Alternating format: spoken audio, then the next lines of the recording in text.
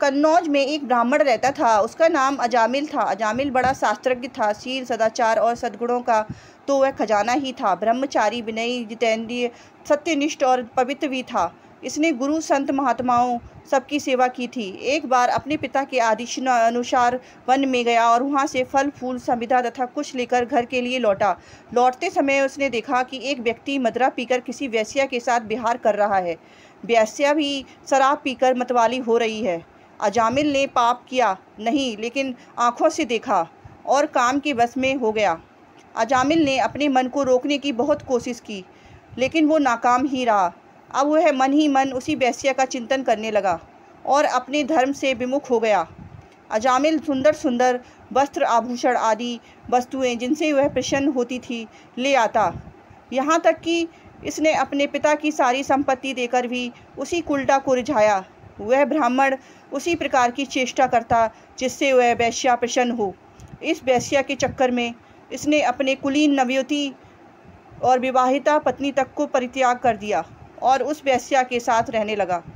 इसने बहुत दिनों तक वेश्या के मल समान अपवित्र अन्न से अपना जीवन व्यतीत किया और अपना सारा जीवन ही पापमय कर दिया। वह कुबुद्धि, न्याय से, अन्याय से, जैसे भी जहाँ कहीं से भी धन मिलता वहीं से उठा लाता। उस वेश्या के बड़े कुटुंब का पालन करने में ही वह व्यस्त रहता। चोरी से, जुए से और धोखाधड़ी से अपने परिवार का पेट पालता। एक बार कुछ संत उसके गांव में आए। गांव के बाहर संतों ने कुछ लोगों से पूछा कि भैया किसी ब्राह्मण का घर बताइए, हमें वहां पर रात गुजारनी है। इन लोगों ने संतों के साथ मजाक किया और कहा, संतों, हमारे गांव में तो एक ही श्रेष्ठ ब्राह्मण है जिसका नाम अजामिल है और इतना बड़ा भगवान का भक्त है कि गांव के अंदर नहीं रहता, गांव के बाहर ही रहता है। अब वह संत जन अजामिल के घर पहुँचे और दरवाज़ा खटखटाया। भक्त, अजामिल दरवाज़ा खोलो। जैसे ही अजामिल ने दरवाज़ा खोला तो संतों के दर्शन करते ही मानो आज अपने पुराने अच्छे कर्म उसे याद आ गए। संतों ने कहा कि भैया रात बहुत हो गई है, आप हमारे लिए भोजन और सोने का प्रबंध कीजिए। अजामिल ने सुंदर भोजन तैयार करवाया और संतों को करवाया। जब अजामिल ने संतों से सोने के लिए कहा तो संत कहते हैं, भैया हम प्रतिदिन सोने से पहले कीर्तन करते हैं, यदि आपको समस्या ना हो तो हम कीर्तन कर लें। अजामिल ने कहा, आपका ही तो घर है महाराज, जो दिल में आए सो करो। संतों ने सुंदर कीर्तन प्रारंभ किया और उस कीर्तन में अजामिल बैठा। सारी रात कीर्तन चला और अजामिल की आंखों से खूब आंसू गिरे, मानो आज आंखों से आंसू नहीं पाप धुल गए हैं। सारी रात भगवान का नाम लिया।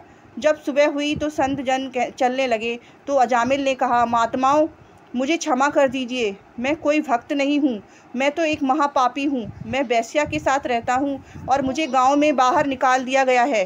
केवल आपकी सेवा के लिए मैंने आपको भोजन कराया, नहीं तो मुझसे बड़ा पापी कोई नहीं है।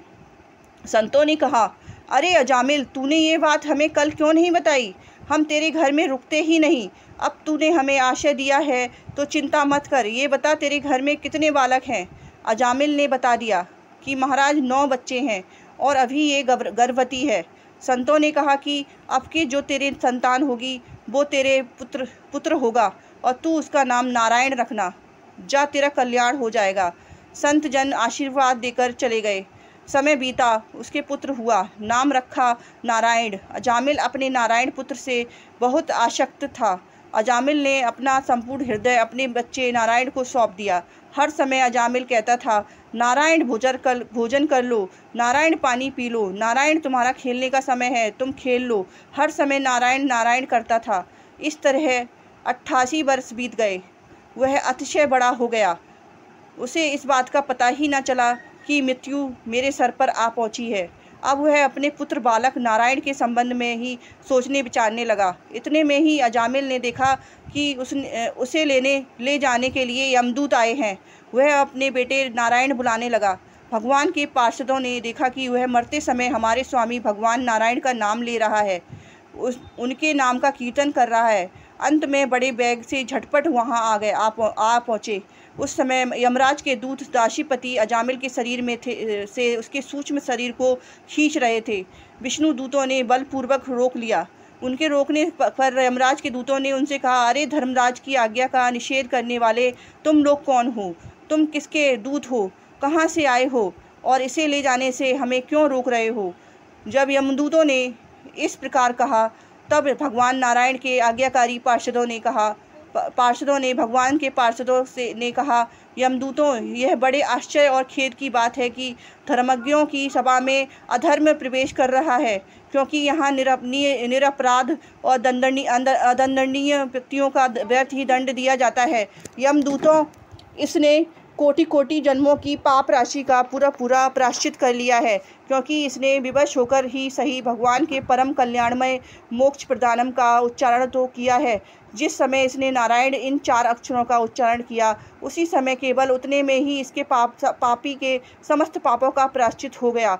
चोर, शराबी, मित्रद्रोही, ब्रह्मघाती, गुरु पत्नी गामी, ऐसे लोगों का संसर्गी, स्त्री, राजा, पिता और गाय को मारने वाला, चाहे जैसा हो, चाहे जितना बड़ा पापी हो, सभी के लिए यही इतना ही है, सबसे बड़ा प्रायश्चित है कि तुम लोग अजामिल को मत ले जाओ। इतने में सारे पापों का प्रायश्चित कर लिया है, क्योंकि इसने मरते समय भगवान के नाम का उच्चारण किया। प्रकृति से ऊपर उठकर भगवान के स्वरूप में स्थित हो गई है। तब उन्होंने देखा कि उनके सामने वे ही चारों पार्षद जिन्हें उन्होंने पहले देखा था खड़े हैं। अजामिल ने सिर झुकाकर उन्हें नमस्कार किया। उनका दर्शन पाने के बाद उन्होंने उस तीर्थ स्थान में गंगा के तट पर अपना शरीर त्याग दिया और तत्काल भगवान के पार्षदों का स्वरूप प्राप्त कर लिया। अजामिल भगवान के पार्षदों के साथ स्वर्णमय विमान पर आरूढ़ होकर आकाश मार्ग में भगवान लक्ष्मीपति के निवास स्थान वैकुंठ को चले गए। अगर आपको मेरी ये कहानी अच्छी लगी हो तो मेरे चैनल को subscribe, like, comments and share करना ना भूलें। Thank you.